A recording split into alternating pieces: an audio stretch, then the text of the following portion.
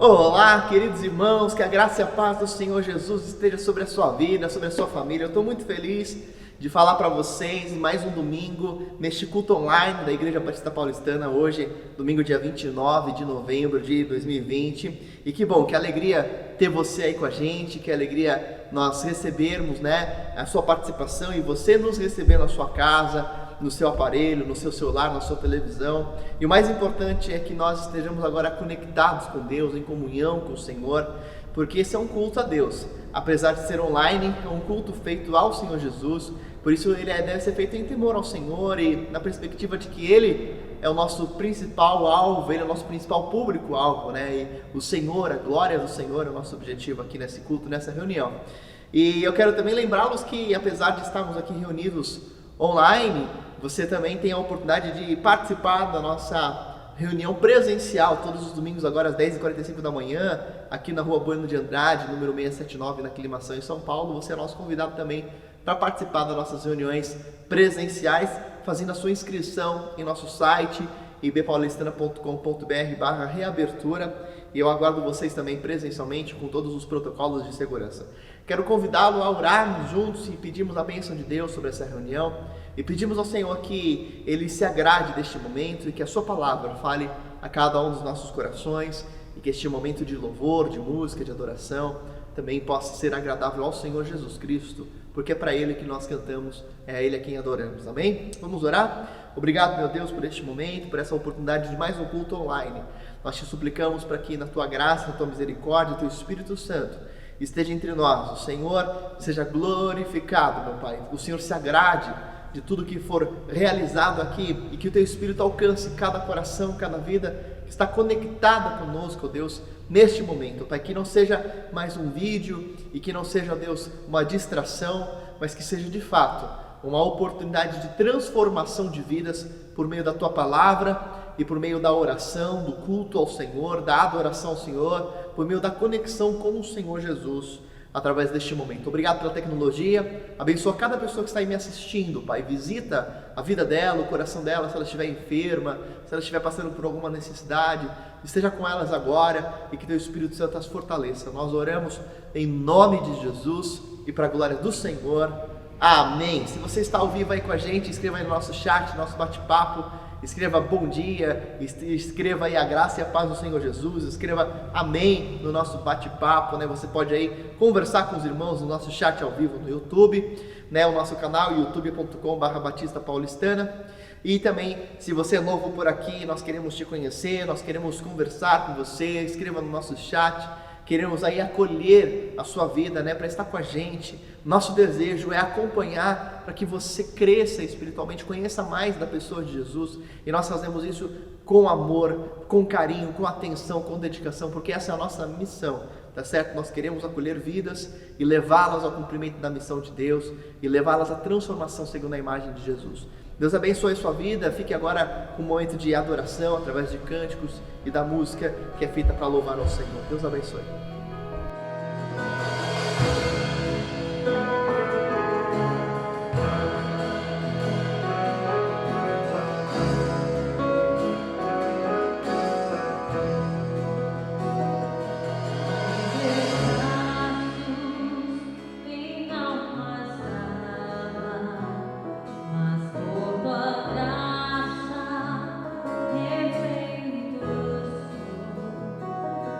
Nada em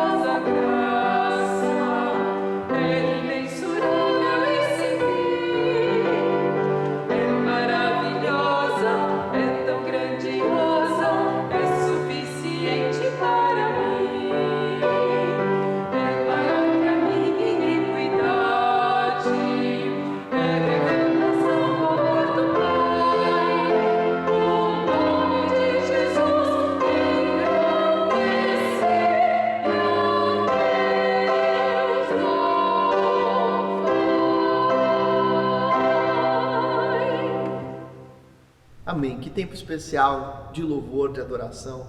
Nós somos gratos às nossas equipes de música, né, dos hinos e dos cânticos que se dedicam, que ensaiam, que se preparam, que oram, para que tenhamos esse momento aqui especial de louvor, e a nossa expectativa é que você adore ao Senhor. Hoje quero refletir com os irmãos sobre o seguinte tema: encontrando paz na soberania divina. E essa é uma mensagem que vai continuar no próximo domingo, sobre a busca pela paz interior, a busca da paz no coração. E hoje a gente vai fazer a relação entre a paz no coração e a convicção na soberania de Deus. E eu começo com o seguinte texto, Mateus capítulo 10, verso 29 até o 31, nós lemos assim: não se vendem 2 pardais por uma moedinha, contudo nenhum deles cai no chão sem o consentimento do Pai de vocês. Até os cabelos da cabeça de vocês estão todos contados, portanto não tenham medo, vocês valem mais do que muitos pardais. Amém? Jesus é quem disse essas palavras para os discípulos, fazendo uma comparação deles, né, com os pardais. Em outrora, no Sermão do Monte, ele tinha feito também uma mesma comparação com relação aos pássaros, que Deus o Pai os alimenta, mesmo que eles não trabalhem. E Jesus traz nesses 2 textos o ensino sobre a vitória acerca das ansiedades, a vitória nas ansiedades, a vitória contra o domínio das ansiedades. E refletindo sobre como alcançar a paz através da perspectiva da soberania de Deus, a partir desse texto inicial a gente vê que Deus, ele é soberano, ele tem um controle, ele sabe até o número de fios, né, de cabelos que você tem. Deus é soberano e também é previdente, nenhum pardal cai, né, diz o Senhor Jesus, sem o consentimento de Deus e Pai. E quando nós começamos a levar a sério essa convicção na soberania de Deus, nós começamos a ter condições de vencermos a ansiedade, né? Nem mesmo nós temos, por exemplo, a informação de quantos fios de cabelo nós temos. Você sabe quantos fios, né? Se você não é careca, você sabe quantos fios de cabelo você tem na sua cabeça, né? Até o Renê, que está aqui atrás de mim, que tem pouco cabelo, ele não sabe, né? Mesmo assim, nem nós sabemos quantos fios de cabelo temos, e Deus sabe. O que Jesus está querendo dizer para nós? Olha, vocês não controlam nem aquilo que está no seu próprio corpo, vocês não sabem, vocês não dominam nem as coisas mais elementares da vida. Por que vocês vão ficar se preocupando com outras questões maiores, com outras questões futuras, com outras ansiedades e preocupações futuras? Jesus começa a nos chamar a atenção acerca daquilo que realmente importa ocupar a nossa mente e o nosso coração. Deus cuida das aves, Deus cuida das flores, e na sua soberania Deus controla também a nossa existência. Amém? Você crê nisso? Agora, ainda que a gente use vários argumentos como estes que o Senhor Jesus trouxe para nós, se você desejar convencer uma pessoa muito ansiosa de que ela não tem motivos para viver preocupada, de que ela não tem motivos para ser dominada pela ansiedade, e você fala assim: olha, mas Jesus disse isso, mas Deus é soberano, mas você não controla nem quantos cabelos você tem, Deus conhece tudo, Deus sabe tudo, Deus domina até o que você não sabe. Mesmo que você use argumentos lógicos e teológicos, uma pessoa muito ansiosa, ela sempre vai contrapor, né, o seu ensino. Ela fala assim: mas você não sabe o que eu estou passando, mas no meu caso é diferente, mas comigo não é bem assim, mas isso não resolve o meu problema. E às vezes a impressão que dá é que tem pessoas que elas não querem se libertar da tensão, não querem se libertar da ansiedade, elas querem continuar ansiosas, elas querem continuar levantando objeções contra os ensinos de Jesus para que não fiquemos ansiosos. A impressão é que essas pessoas, elas não querem ser libertas das preocupações.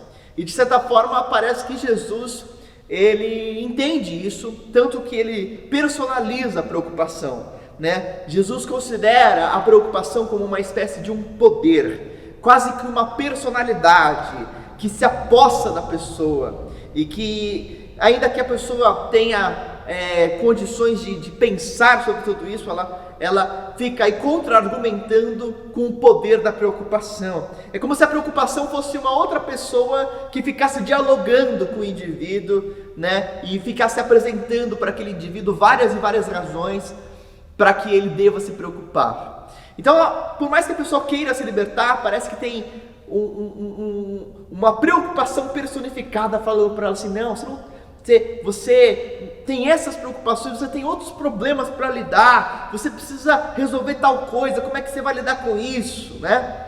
Por isso, nesses últimos dias, particularmente, eu tenho achado surpreendente o fato de que vivermos em paz e encontrarmos a paz é realmente uma escolha que a gente tem diante da inevitabilidade dos problemas.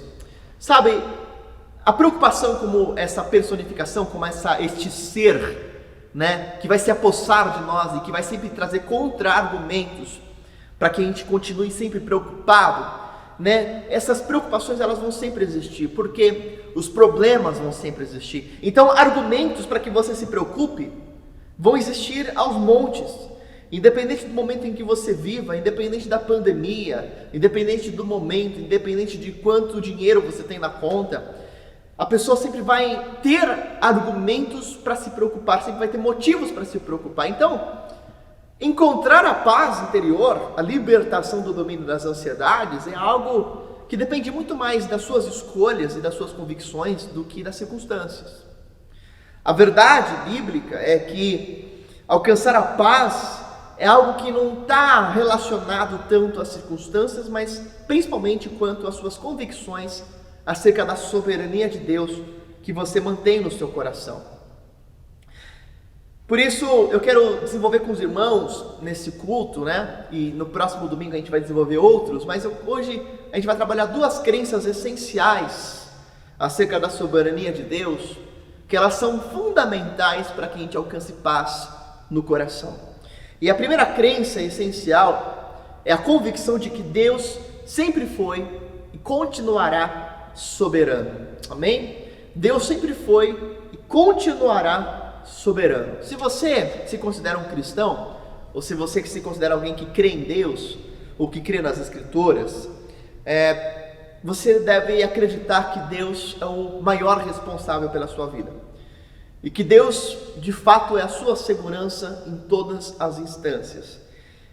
Que Deus nunca esteve fora do controle sobre a criação dele.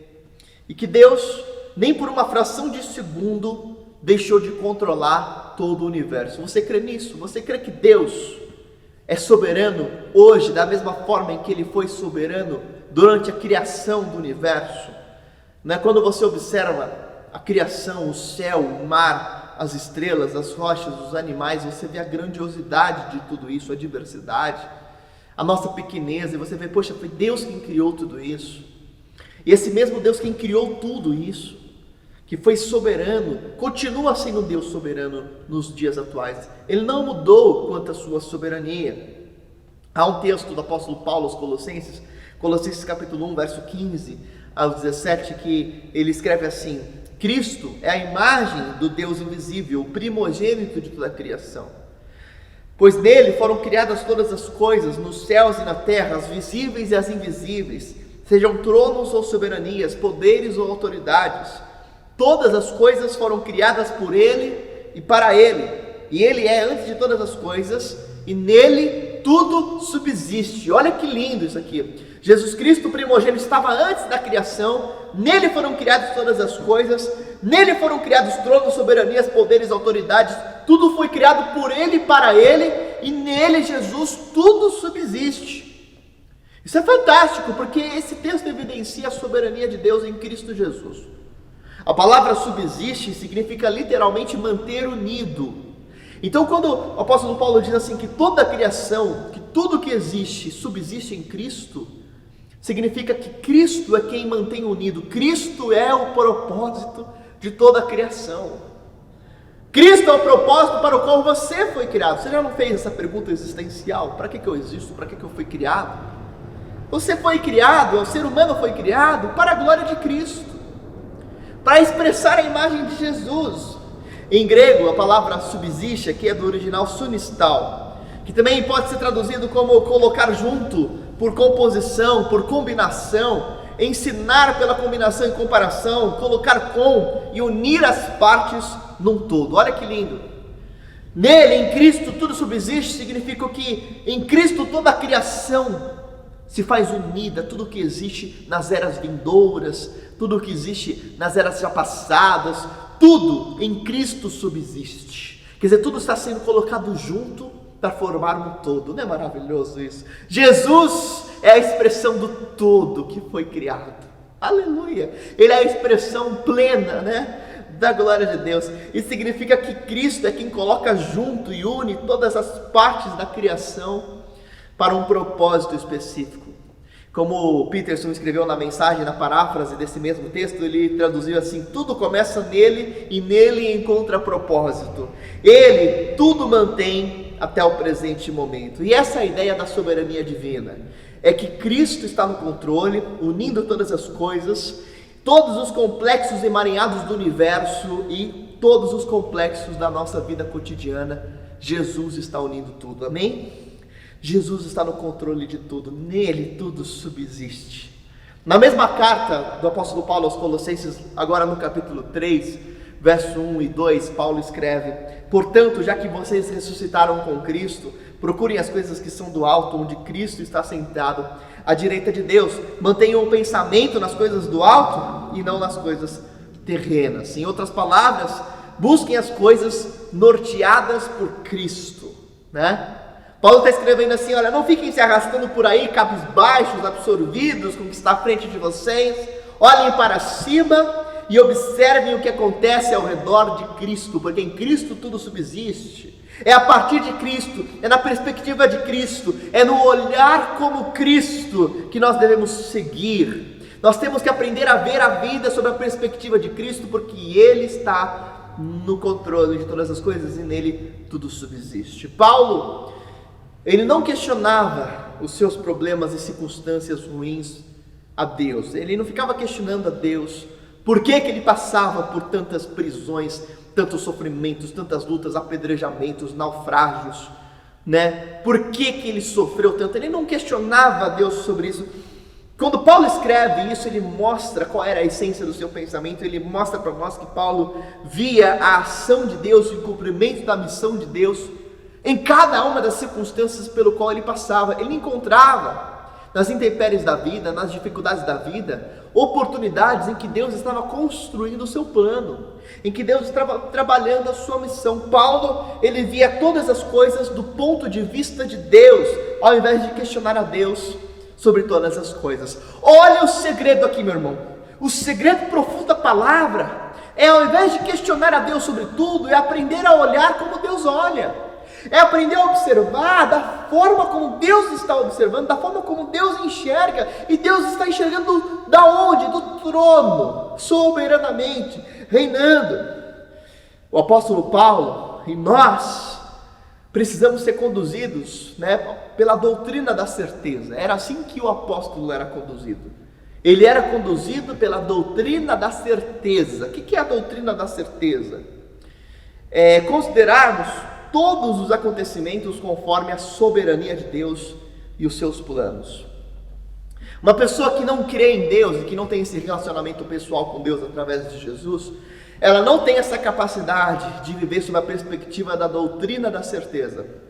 Ele simplesmente reage conforme os seus instintos ou conforme os outros estão reagindo. Então, uma pessoa que não tem uma relação com Deus e não crê na soberania de Deus, ele não vai ser movido pela doutrina da certeza. Ele vai reagir conforme os seus instintos ou conforme o que os outros estão fazendo. Ele não é movido sob a perspectiva de Deus.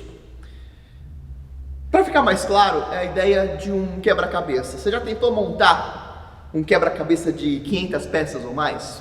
Que difícil. Eu já tentei montar numas férias, né, que eu tive com a Aline. A gente tentou montar um quebra-cabeça que a gente ganhou do Japão, né, um quebra-cabeça japonês lá, e deu vontade de desistir. Eu confesso que eu quis desistir, eu realmente queria desistir. A Aline é mais paciente, e eu via lá centenas de peças e não dava para encaixar nada, era muito trabalhoso para encaixar, né, e algumas peças não se encaixavam, né, e parecia que estava tudo fora do lugar e que as coisas não tinham sido feitas corretamente, que tinha sido mal feito, né? Mas o que nos ajuda a perseverar, né?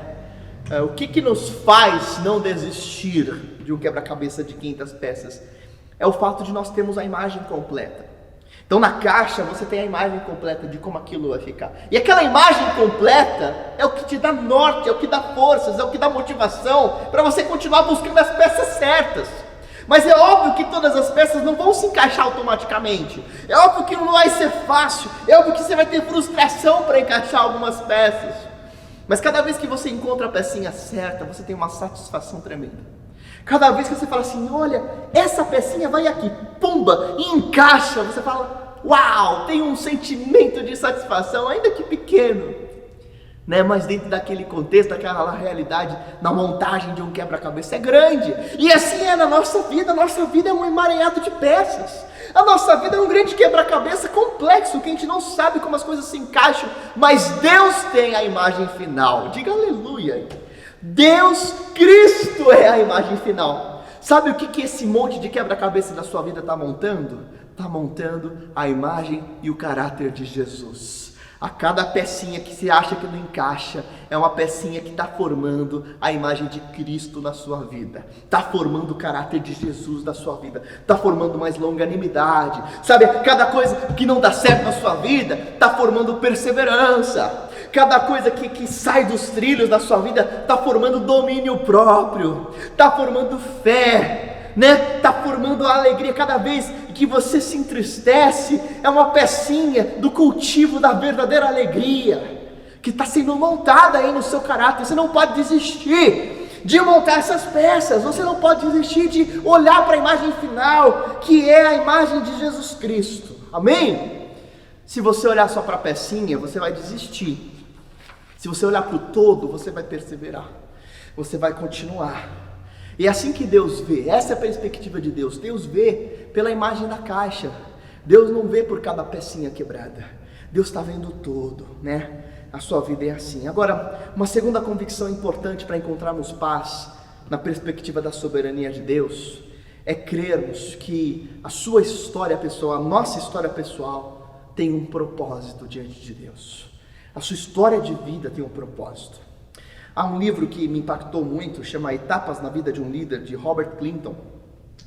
E esse autor, ele escreve que na formação espiritual de um vocacionado, de um líder, existem pelo menos 6 etapas que fazem parte dessa formação espiritual. E a primeira dessas 6 etapas é o que ele chama de fundações soberanas.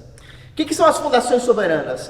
A primeira etapa é entendermos que você nasceu no contexto em que você nasceu, na família em que você nasceu, no ambiente em que você nasceu, no ano em que você nasceu, na casa em que você nasceu, com os pais que você teve, com os irmãos que você teve, no país em que você nasceu. Tudo isso foram questões que você não escolheu, porque Deus escolheu por você. Essas são as suas fundações soberanas, aquilo que na soberania divina Deus trabalhou e desenvolveu para que você viesse a viver.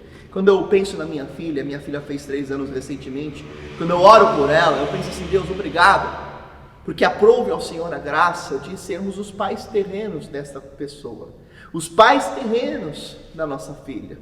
O Senhor nos escolheu para sermos os pais dela. Não foi ela quem escolheu e não foi eu quem escolhi ser o pai dela. Deus em quem me escolheu para ser o pai dela. Isso é fundação soberana, porque eu tenho certeza que os propósitos de Deus na vida da minha filha vão se cumprir parcialmente a partir da minha paternidade, assim como na sua vida. Os propósitos de Deus na sua vida estão sendo construídos, estão sendo trabalhados desde o seu nascimento, desde antes do seu nascimento, desde a escolha de Deus acerca do lugar da família, dos pais que você teria, das histórias, dos traumas do seu passado, da sua infância. O salmista sabia muito bem disso e escreve lá em Salmo número 139, verso 13 a 16, assim: Tu criaste o íntimo do meu ser e me teceste no ventre da minha mãe. Eu te louvo porque me fizeste de modo especial, que admirável. As tuas obras são maravilhosas e disso eu tenho plena certeza. Os meus ossos não estavam escondidos de ti quando em secreto fui formado e entretecido como nas profundezas da terra. Os teus olhos viram o meu embrião. Todos os dias determinados para mim foram escritos no teu livro antes de qualquer deles existir. Isso é soberania divina. A palavra de Deus nos revela que todos os nossos dias foram escritos antes mesmo deles existirem.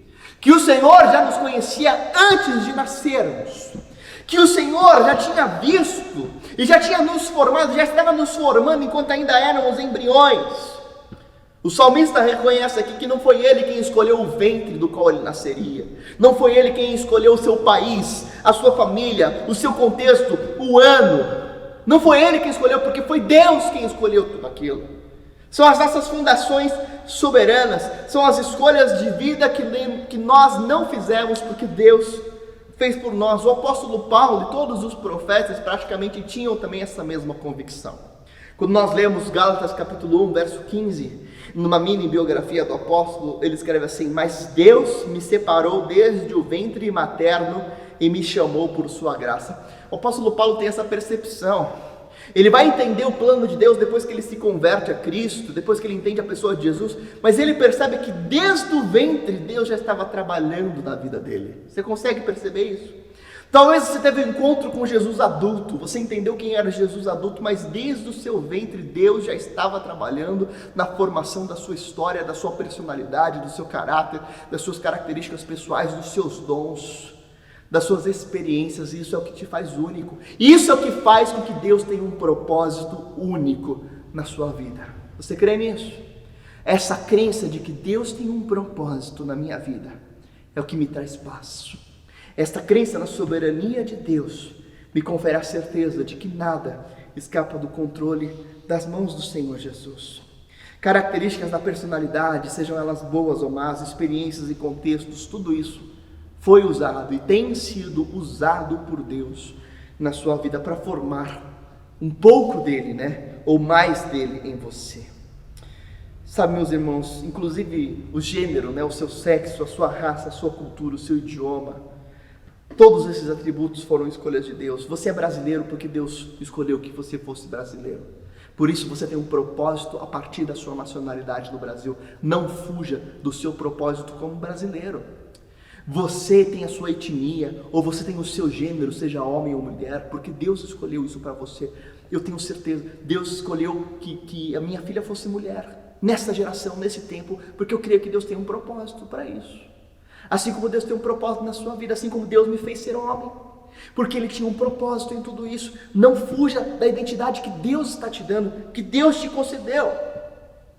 Algumas experiências comuns que fogem o nosso caráter diante de Deus, que eu creio que você já passou por elas, ou talvez esteja passando por elas. Olha só, enfermidades. Você já passou por uma enfermidade que te obrigou a orar mais? O que te obrigou a ler mais a Bíblia? Você já passou por um momento de dor, de leito? Alguns ficaram internados nesses últimos meses, e você começou a orar mais, e você percebeu a diferença que faz comunhão com Deus, a comunhão com a igreja. Talvez você passou por alguma enfermidade, algum susto, e isso te obrigou a cuidar melhor da saúde.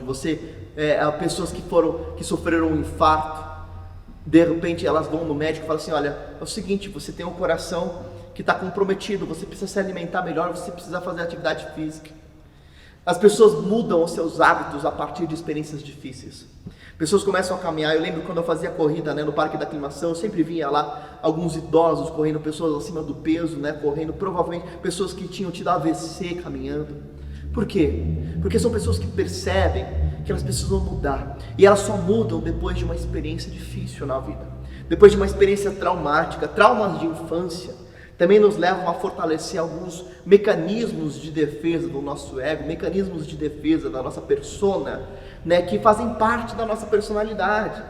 Pessoas que às vezes são muito controladoras, ou pessoas que são muito organizadas, muitas vezes são porque viveram traumas no passado, e esses traumas levam a você a desenvolver habilidades que te fazem especial, que te fazem único.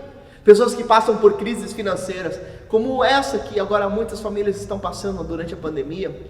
A crise financeira nos obriga a sermos mais diligentes com os gastos, a controlarmos melhor os gastos, a pouparmos mais, a não comprarmos coisas desnecessárias, a aprendermos a fazer um bom uso do dinheiro, a estudarmos investimentos. Tudo isso vem por causa de experiências difíceis, por causa de traumas, por causa de crises na nossa vida, crises conjugais, quando você passa por uma crise no casamento, e se você supera, se você passa, você aprende a valorizar o tempo a sós, você aprende a valorizar o tempo de qualidade com a sua esposa, com o seu marido, você começa a ver, né, que não vale a pena discutir por outras coisas mais bobas, porque todas essas experiências difíceis foram forjando o nosso caráter, a fim de que Cristo seja revelado em nós e através de nós.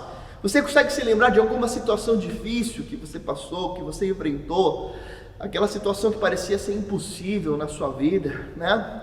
Mas te forçou a ser diferente, trabalhou em você, desenvolveu uma marca em você, desenvolveu uma característica em você que você não vai abrir mão mais, porque você aprendeu a duras penas, porque você sofreu na sua pele, e hoje talvez você nem perceba, nem saiba disso, nem é consciente, mas fez ser você quem você é hoje. Sabe, meus irmãos, são tantas experiências que a nossa história de vida vai nos trazendo, que vai nos forjando, que vai nos construindo, que vai nos batendo e assim nos fazendo mais fortes, que nos ajudam a valorizar aquilo que realmente importa. As nossas experiências, os nossos desafios, as nossas dificuldades e os problemas são partes do processo de Deus na sua vida, do processo de Deus para construir e cumprir o propósito dele específico para cada um de nós. Amém?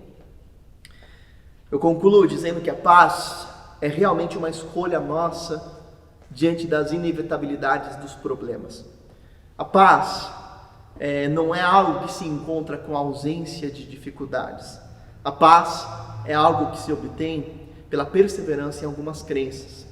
Crenças essas que não são desconhecidas, mas que precisam ser relembradas todos os dias por cada um de nós. Charles Stanley escreve que o desafio em tempos de ameaça não é focar no que pode se tornar realidade, mas sim nos concentrarmos no que sabemos ser verdade. Às vezes a gente foca demais a nossa atenção naquilo que pode ser uma realidade e nós nos esquecemos de concentrar a atenção naquilo que já sabemos ser verdade. E o que você já sabe ser verdade? Você sabe que Deus é soberano. Você sabe que Deus escreveu os teus dias. Você sabe que Deus está trabalhando nas peças quebradas e diversas da nossa vida. Você sabe que Deus tem um propósito específico na sua história. Você sabe que Deus está usando cada trauma, cada experiência, cada dificuldade para construir o plano soberano e o propósito dele na sua vida. Que assim seja nas nossas vidas. Que estas crenças venham a nos nortear. Que nós sejamos pessoas movidas pela percepção de Deus, pela ótica de Deus. E não pela ótica do mundo, não pela nossa ótica do pânico, não pela ótica do medo, da ameaça, né, da falta de fé, mas pela ótica da soberania divina. Quando nós pecamos, nós perdemos essa comunhão, essa percepção de Deus. E por isso que é importante você manter a sua vida de comunhão com Deus em oração, em leitura da palavra, em santidade. Um discípulo de Cristo confronta as perspectivas ímpias com um posicionamento baseado em convicções acerca de quem Deus é em sua soberania. Em cada situação você pode se perguntar: qual a vontade soberana de Deus nesse aspecto que eu estou vivendo, nessa situação, nessa crise? Qual é a vontade soberana de Deus? Ou como tal situação vai convergir na minha vida para o cumprimento dos planos de Deus? Talvez em algumas circunstâncias você não saiba essas respostas, mas ainda assim você sabe que Deus continua soberano. Amém? Que Deus abençoe a sua vida.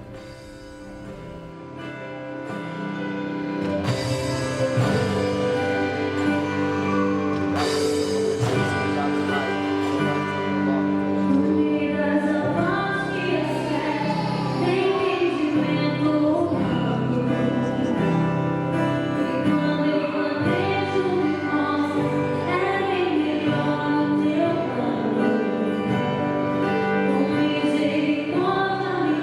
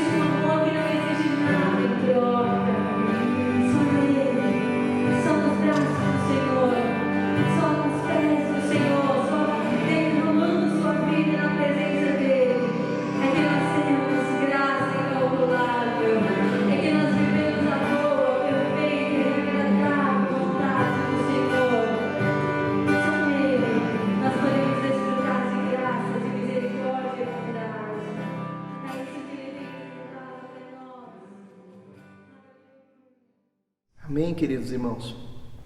Eu reafirmo esse conceito. Talvez você não saiba todas as respostas sobre como a soberania de Deus está trabalhando na sua vida nessa circunstância, mas você não precisa das respostas, você precisa apenas confiar que Deus é soberano, que Deus continua soberano.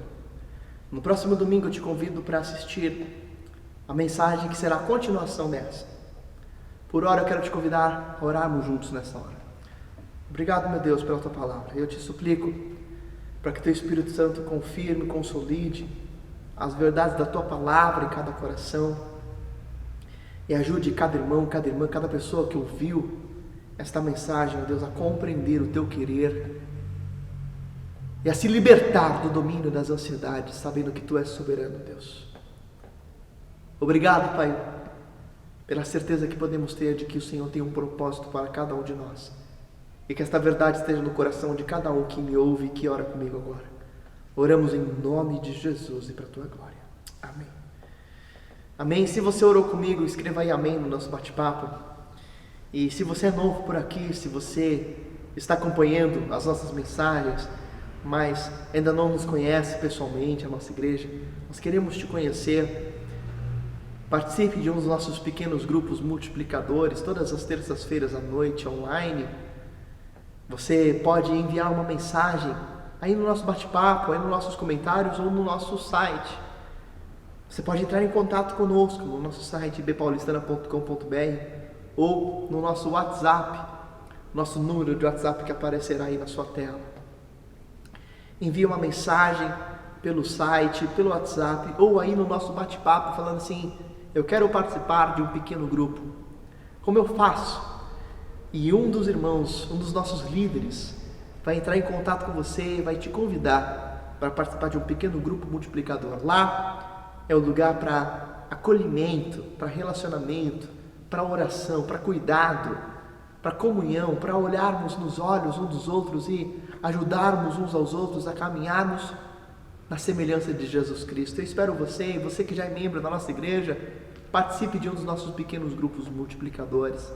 Não fique de fora dessa bênção, dessa oportunidade de vivermos a missão de Deus, de fazermos discípulos, de multiplicarmos discípulos, de cumprirmos a missão de servirmos. Faça parte dessa obra. Eu agradeço a todos os irmãos que participaram das campanhas para cestas básicas em nossa igreja. Para a glória do Senhor Jesus, nesse ano de pandemia, nesse ano de 2020, a nossa igreja enviou 100 cestas básicas no total. 50 cestas básicas foram montadas aqui na igreja com doações de alimentos e enviadas para o projeto Viver da Junta de Missões Nacionais, um projeto que visa a prevenção do uso de drogas para famílias necessitadas aqui da região central da cidade de São Paulo. E outras 50 cestas básicas foram enviadas para o projeto Radical Sertanejo, um projeto que está plantando igrejas no sertão do Brasil. E eu louvo o nome do Senhor Jesus pela generosidade que você teve aí ofertando para esses projetos. Eu também louvo o nome do Senhor por você que tem ofertado regularmente para o sustento das nossas obras missionárias.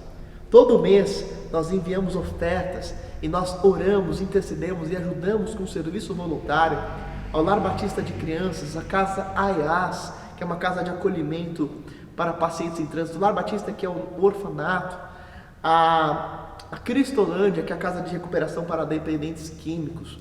Também todo mês nós oramos e investimos e ofertamos no sustento de nossos missionários que estão atuando entre indígenas, uapixanas, no estado de Roraima. E também nós sustentamos os nossos missionários, membros da nossa igreja, que estão pregando o Evangelho num hospital para mulheres muçulmanas na Ásia. Para a glória de Deus, você tem feito parte do avanço do Evangelho aqui em São Paulo, no Brasil e no mundo. Glória a Deus por isso, mas para isso nós precisamos da sua oferta. Então, faça uma oferta, faça uma transferência em nossa conta bancária que está aparecendo aí na sua tela. Faça a sua oferta, envie o comprovante para o nosso e-mail tesouraria@ibpaulistana.com.br, identificando como uma oferta para missões.